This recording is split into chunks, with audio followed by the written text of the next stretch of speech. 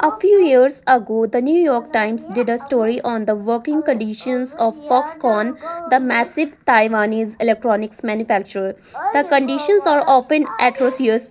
Readers were rightly upset, but a fascinating response to the story came from the nephew of a Chinese worker who wrote in the comment section, "My aunt worked several years in what Americans call sorry sweatshops. It was hard work, long hours, small wage, poor working conditions. Do you know what my aunt did before she worked in one of these factories? She was a prostitute. The idea of working in a sweatshop compared to that old lifestyle is an improvement in my opinion. I know that my aunt would rather be exploited by an evil capitalist boss for a couple of dollars than have her body be exploited by several men for pennies.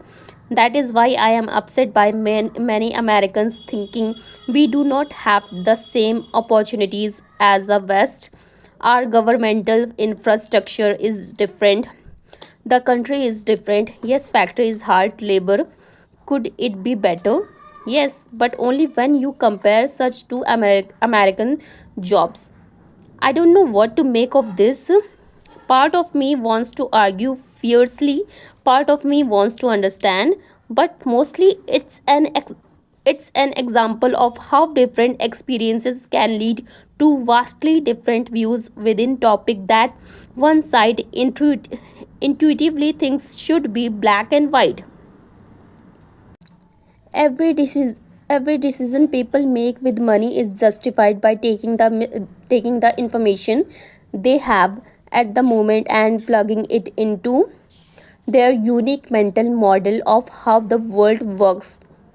Those people can be misinformed, they can have incomplete information, they can be bad at math, they can be persuaded by rotten marketing, they can have no idea what they are doing, they can misjudge the consequences of their actions.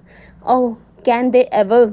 But every financial decision a person makes sense to them in that moment and checks the boxes they need to check. They tell themselves a story about what they are doing and why they are doing it, and that story has been shaped by their own unique experiences. Take a simple example: lottery tickets. Americans spend more on them than movies, video games, music, sporting events, and books combined.